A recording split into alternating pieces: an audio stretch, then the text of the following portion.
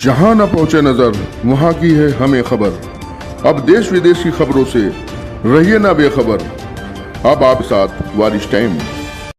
Hello दोस्तों, आज है 23 अक्टूबर 2025 दिन गुरुवार का। हिंदी तिथि कार्तिक शुक्ल द्वितीया तिथि रात को 10:47 तक है। उसके उपरांत फिर तृतीया लागू हो जाएगी। आज का ये वीडियो भी बहुत ही ज्यादा स्पेशल होने वाला है और आज आपको एक ऐसी बड़ी खबर बताने वाले हैं जिसके बारे में शायद आप लोगों ने सुना भी नहीं होगा और वो खबर आपके लिए बहुत ही काम की होने वाली है। आपकी आर्थिक इकोनॉमी को और बढ़ाने वाली है। माताओं और बहनों के बैंक खातों में आज पैसा आएगा। बिजली बिलों को लेकर, माफी को लेकर भी अपडेट जानेंगे। कर्मचारियों के लिए, किसान भाइयों के लिए, माताओं और बहनों के लिए, बड़े बुजुर्गों के लिए बहुत सारी काम की और बड़ी महत्वपूर्ण खबरें जानेंगे। देश के अलग अलग राज्यों की ओर से, सरकारों की ओर से बड़ी घोषणाएं की गई हैं। वीडियो को आप पूरा ध्यान से आखिर तक जरूर देखते रहिएगा। सबसे पहले तो आप सभी दोस्तों और मित्रों को आज भाई दूज की ढेर सारी शुभकामनाएं, बहुत बहुत बधाइयां। दीपावली के 5 दिवसीय उत्सव का समापन भाई दूज के पर्व के साथ हो जाता है और पंचांग के अनुसार भाई दूज का पर्व आज 23 अक्टूबर को मनाया जा रहा है। आज के दिन बहनें अपने भाइयों के माथे पर तिलक कर उनकी लंबी आयु, सुख समृद्धि और कल्याण की कामना करती हैं। वहीं भाई भी बहनों को उपहार देकर उनकी रक्षा का वचन देंगे। टीका करने का जो शुभ मुहूर्त है वो आज दोपहर 1:13 से लेकर 3:28 तक रहने वाला है। इस समय तिलक अत्यंत शुभ रहेगा। अच्छा, खबरों में आगे चलते हैं। सोने चांदी को लेकर तमाम तरह के अपडेट्स भी आप देख रहे होंगे और आजकल तो सोने चांदी की जो पहुंच है वो आम जनता से दूर होती जा रही है, आसमान छू रहे हैं। लेकिन एक बड़ी खबर आई है कि आज चांदी में 1980 जैसा क्रेज आ सकता है। दरअसल दोस्तों हुआ क्या कि बात 1980 की है। चांदी की कीमत $2 प्रति औंस यानी कि 28.35 ग्राम से बढ़कर $48 तक पहुंच गई थी और इसके पीछे की कहानी थी अमेरिका के हंट ब्रदर्स। दुनिया की चांदी का 1/3 हिस्सा इन दोनों भाइयों की जेब में था और इन दोनों ने मिलकर चांदी को 700% से ज्यादा बढ़ा दिया। और आजकल जो भाव बढ़ रहे हैं उसके पीछे भी बहुत सारे कारण हैं। आप देखिए, दिवाली के बाद सोने और चांदी के दामों में भारी गिरावट आई है। सोना अपने ऑल टाइम हाई से 5,677 रुपए टूट चुका है और चांदी भी अपने रिकॉर्ड ऑल टाइम हाई से 25,599 रुपए प्रति किलो सस्ती हुई है। IBJ के अनुसार अभी सोने के जो भाव है वो 10 ग्राम 24 कैरेट सोने के दाम 3,726 रुपए घटकर 1,23,907 रुपए के स्तर पर चल रहे हैं। चांदी के दाम एक दिन में 10,549 रुपए घट गए और चांदी का जो अभी वर्तमान में भाव है वो है 1,52,501 रुपए प्रति किलो। इससे पहले अभी चांदी ऑल टाइम हाई पर गई थी। चांदी के भाव 1,63,050 रुपए प्रति किलो हो गए थे। 14 अक्टूबर को तो चांदी ऑल टाइम हाई पर थी, 1,78,100 रुपए के ऑल टाइम हाई पर पहुंच गई थी। तो अब एकदम से आप देखिए सोने चांदी के जो भाव है वो दिवाली के बाद एकदम बड़ी गिरावट में आए हैं। ऑल टाइम हाई के रिकॉर्ड से देखें तो सोना 5 दिन में 5,677 रुपए टूटा है और चांदी भी रिकॉर्ड हाई से 25,000 रुपए सस्ती हो गई है। इधर आप देखिए, सितंबर में समाप्त 6 महीनों में RBI ने 600 किलोग्राम सोना खरीदा है। सितंबर तक रिजर्व बैंक का जो स्वर्ण भंडार है वो 880 मीट्रिक टन के पार पहुंच चुका है। अच्छा, अब आपको बताते हैं कि काम की बड़ी खबर। 27 बीघा में इन्होंने सोलर पार्क लगाया और 8 लाख रुपए महीने की भी कमाई हो रही है। ये खबर आ रही है राजस्थान के अलवर से। खेती की जो इनके पास जमीन थी 27 बीघा, इसमें इन्होंने सोलर पार्क लगवाया है और 8 लाख रुपए के करीब इनकी महीने की कमाई अभी हो रही है। सरकार को ये 30,000 यूनिट बिजली बेच रहे हैं। यानी राजस्थान के किसान खेतों में सिर्फ फसलें ही नहीं उगा रहे हैं बल्कि बिजली भी बना रहे हैं और किसान भाइयों को इससे हर महीने अच्छी इनकम भी हो रही है। ऐसे कई सारे उदाहरण है और ऐसे ही है। आप देखिए, किसान है कोटपुतली बहरोड जिले के मुंडावर के धर्मेंद्र मेहता जी और इन धर्मेंद्र मेहता जी की जो एक कहानी है वो दूसरों की जिंदगी में भी रोशनी पैदा कर सकती है। धर्मेंद्र जी ने अपनी 27 बीघा जमीन पर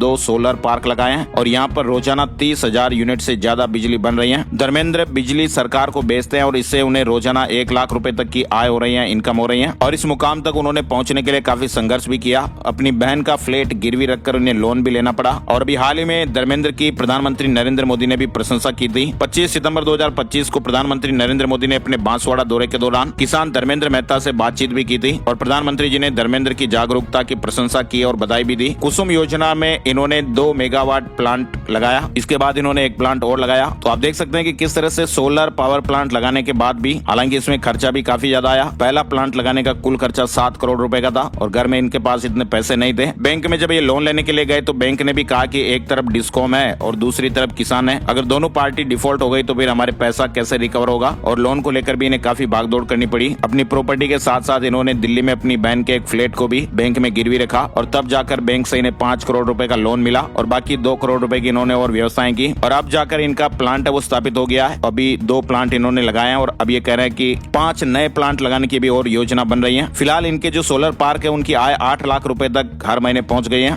ये सब कुछ खर्चा निकालने के बाद की इनकी नेट इनकम है। तो ये किसान भाइयों के लिए बहुत अच्छा अपडेट था, इसलिए शुरू में हमने इसको रखा। इसके अलावा राजस्थान के उदयपुर के एक हॉस्पिटल में बच्चों की अदला बदली होने की खबर भी आई है। दोनों परिवार बेटा लेने पर अड़ गए, लेकिन अब डीएनए टेस्ट से पहचान की जाएगी। उदयपुर के जनना हॉस्पिटल में बुधवार को 2 छोटे छोटे बच्चों यानी नवजात बच्चों की अदला बदली होने की खबर भी सामने आई। चलिए बड़ी खबर आप देखिए, आजकल एआई से किस तरह से फर्जी डीप फेक वीडियो बनाए जा रहे हैं और हूबहू वीडियो लगते हैं। बड़े बड़े जो न्यूज एंकर हैं उनके फोटो लगाकर थंबनेल पर ऐसा लगता है जैसे ये वीडियो उन्हीं ने बनाया होगा, लेकिन ऐसा होता नहीं है दोस्तों। ये डीप फेक और एआई से वीडियो बनाए जाते हैं और ये फर्जी वीडियो होते हैं जिन्हें वायरल करने के लिए लोग बाग ऐसे सेलिब्रिटीज के फोटो लगा देते हैं। तो ऐसे वीडियो पे ऐसे कंटेंट के लिए एआई से बने हुए कंटेंट पर अब लेबल लगाना जरूरी होगा। आईटी मिनिस्ट्री ने ये नया ड्राफ्ट जारी किया है और साफ साफ ये मार्क होगा कि कंटेंट असली है या फिर एआई वाला। 22 अक्टूबर को आईटी रूल्स 2021 में कुछ बदलाव का ड्राफ्ट जारी किया गया है और ये डीप फेक और एआई से बने हुए कंटेंट को लेबल करने और ट्रेस करने के लिए। मतलब दोस्तों ये साफ साफ मार्क करके बताना पड़ेगा कि ये कंटेंट असली नहीं है, एआई वाला है। हर एआई कंटेंट पर ऑडियो और वीडियो लेबल लगाना होगा। डीप फेक और एआई जनरेटेड फोटो वीडियो पर केंद्र सरकार की ये बड़ी लगाम है और आईटी नियमों में संशोधन का प्रस्ताव पेश हुआ है। इसके अलावा देखिए आप यूट्यूब ने भी एक एआई डिटेक्शन टूल पेश किया है। क्रिएटर्स ये आसानी से जांच पाएंगे, डीप फेक वीडियो की भी पहचान कर पाएंगे। यूट्यूब ने कंटेंट क्रिएटर्स के लिए स्पेशली आर्टिफिशियल इंटेलिजेंस यानी एआई लाइकनेस डिटेक्शन टूल पेश किया है और ये टूल क्रिएटर को उनकी अनुमति के बिना उनके चेहरे या आवाज का उपयोग करके बनाए गए डीप फेक वीडियो का पता लगाने में मदद करेगा। चलिए बड़ी खबर आप देखिए, एनपीसीआई ने यूपीआई हेल्प लॉन्च किया है। ये एक एआई पावर्ड असिस्टेंट है दोस्तों, जिससे यूजर के डिजिटल पेमेंट से जुड़े सवालों के जवाब देने के लिए बनाया गया है। हालांकि अभी ये टेस्टिंग फेज में 21 अक्टूबर 2025 को ये लाइव हो गया था और इस यूपीआई हेल्प के जरिए आपको बहुत सारे फीचर्स देखने को मिलेंगे,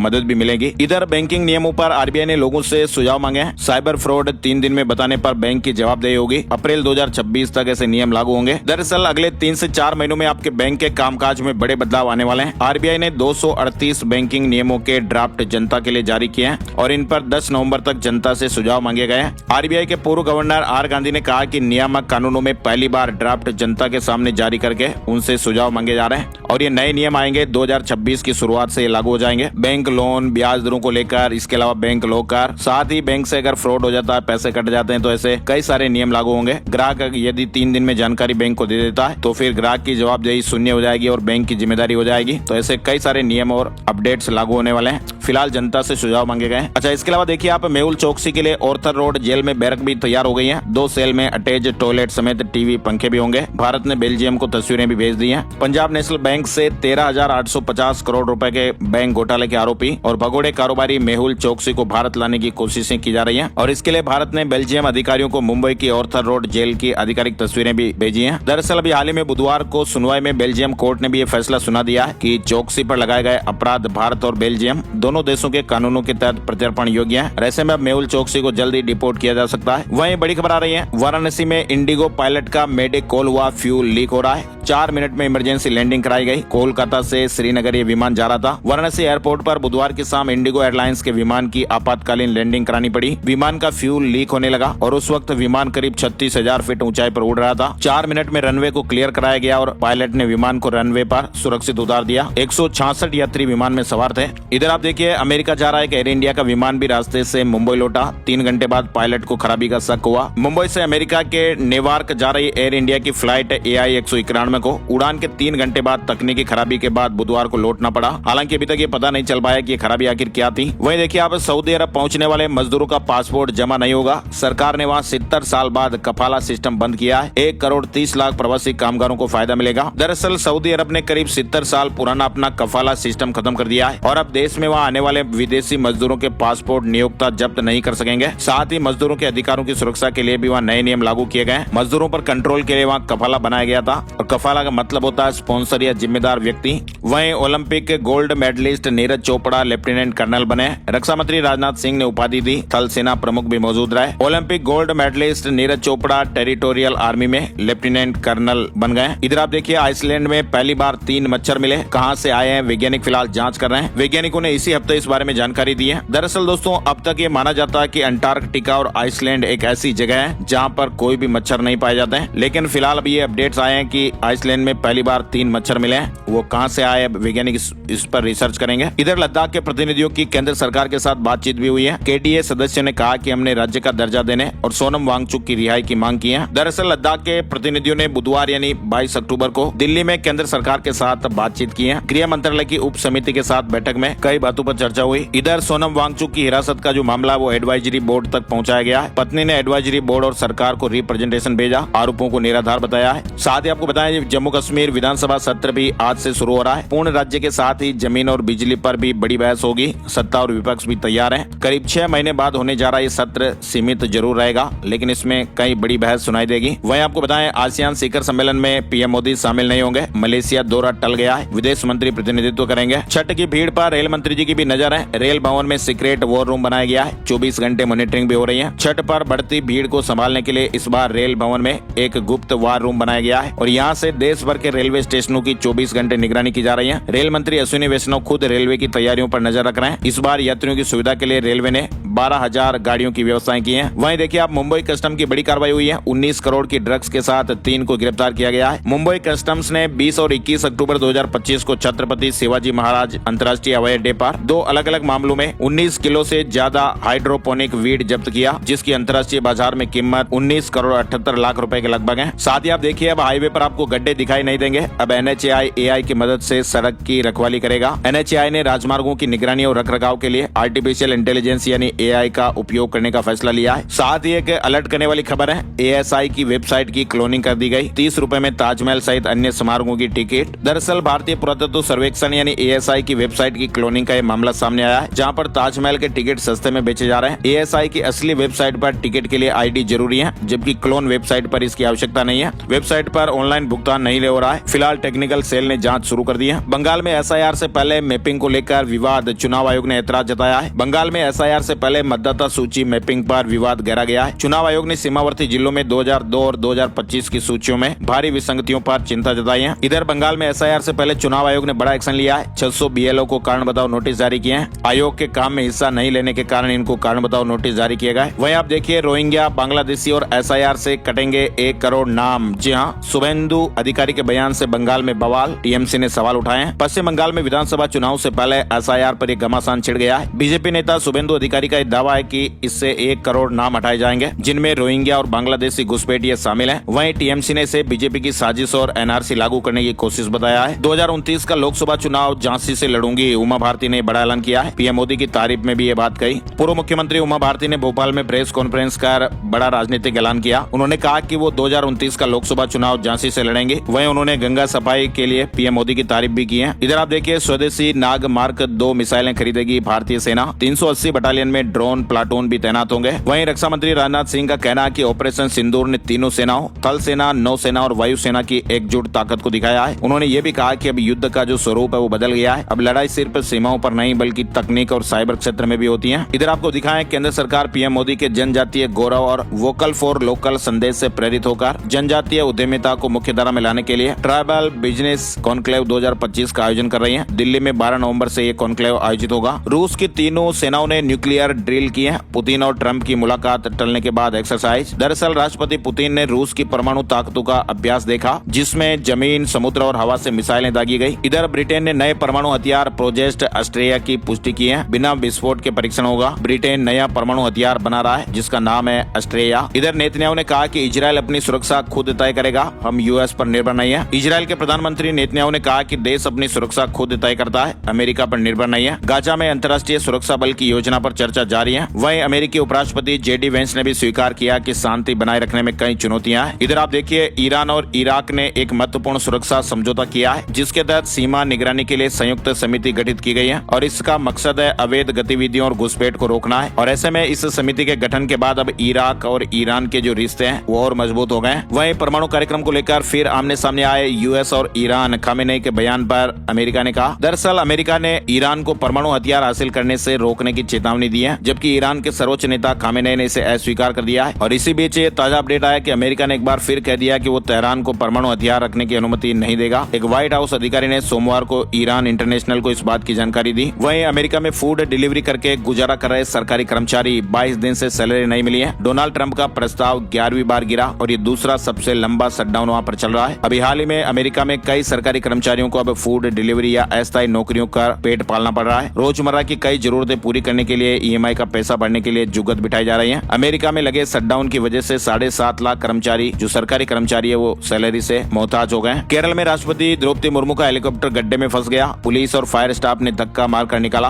प्रेसिडेंट सबरीमाला मंदिर में दर्शन करने के लिए जा रही थी। वहीं सिद्धारमैया का बेटा बोला पिता राजनीतिक जीवन के आखिरी फेज में, वे अब मार्गदर्शक बने, उत्तराधिकारी का हिंट दिया। वहीं डीके शिव कुमार ने कहा कि नो कमेंट्स। दिल्ली में छठ पूजा, यमुना किनारे 17 मॉडल घाट बनेंगे। सफाई अभियान भी शुरू हो चुका है। वहीं सीएम गुप्ता ने कहा कि श्रद्धालुओं पर दर्ज सभी पुराने केस को वापस लिया जाएगा। अमेजन में 5 लाख जॉब को रिप्लेस करेंगे रोबोट, पैकिंग, पिकिंग और डिलीवरी जैसे काम करेंगे। 2027 तक 1 लाख करोड़ की बचत होगी। दरअसल ऐसी खबरें जिसमें बताया जा रहा है कि ई कॉमर्स कंपनियां जैसे अमेजन भी आने वाले दिनों में 5 लाख से ज्यादा जॉब को रोबोट रिप्लेस कर सकते हैं। न्यूयॉर्क टाइम्स की एक रिपोर्ट में जानकारी सामने आई। इधर ओपन एआई का AI powered web browser chat GPT Atlas launch हुआ है। जैसे गूगल क्रोम है ऐसे ही चैट जीपीटी ने चैट जीपीटी एटलस लॉन्च किया। इससे गूगल की मार्केट वैल्यू एक ही दिन में 13.25 लाख करोड़ रुपए घट गई। ओपन एआई ने मंगलवार 21 अक्टूबर को अपने नए AI powered web browser chat GPT Atlas को लॉन्च किया है। चलिए बड़ी खबर बिहार से देखिए आप। महागठबंधन की ज्वाइंट प्रेस कॉन्फ्रेंस से पहले पटना में तेजस्वी यादव ने बुधवार यानी 22 अक्टूबर को प्रेस कॉन्फ्रेंस में कई बड़े ऐलान किए हैं। तेजस्वी ने कहा कि हमारी सरकार बनते ही जीविका दीदी को स्थायी किया जाएगा और उनकी सैलरी 10,000 से बढ़ाकर 30,000 कर देंगे। वहीं तेजस्वी यादव ने संविदा कर्मचारियों को भी परमानेंट करने का बड़ा ऐलान किया है। उन्होंने कहा कि ये सरकार संविदा कर्मचारियों का शोषण कर रही है। वहीं माँ योजना MAA यानी M फॉर मकान, A फॉर अन और A फॉर आमदनी लॉन्च करेंगे। इस तरह के कई ऐलान किए हैं। महागठबंधन में सीटों पर तनातनी बढ़ी है। लालू और तेजस्वी से मिले अशोक गहलोत, कहा कि आज ज्वाइंट प्रेस कॉन्फ्रेंस होगी, सब साफ हो जाएगा। इधर दरभंगा में 50 राजद नेताओं ने इस्तीफा दे दिया। टिकट बंटवारे को लेकर नाराजगी भी सामने आई है। पक्षपात और मनमानी के आरोप भी लगाए गए हैं। वहीं मुख्यमंत्री नीतीश कुमार ने बिहार विधानसभा चुनाव प्रचार के तहत गोपालगंज का दौरा किया। उन्होंने भोरे और बरौली विधानसभा क्षेत्रों में चुनावी सभाओं को संबोधित किया। जीडीए गठबंधन 59 सीटों पर चुनाव लड़ेगा। किशनगंज में AIMIM प्रदेश अध्यक्ष अख्तरुल ईमान ने पार्टी पर लगे आरोप भी नकारे। आरजेडी को उम्मीदवार नहीं मिला, नाचने वाले को उतार दिया। छपरा से सम्राट चौधरी ने एनडीए चुनाव प्रचार अभियान की शुरुआत की है। खेसारी लाल पर भी तंज कसा है। बड़ी खबर आ रही है, चुनाव आयोग के शीर्ष अधिकारी देश भर के मुख्य चुनाव अधिकारियों के साथ बुधवार से 2 दिन की बैठक कर रहे हैं। बैठक में SIR शुरू करने की योजनाओं पर चर्चा हो रही है। इधर आप देखिए बिहार कटिहार में 7 विधानसभा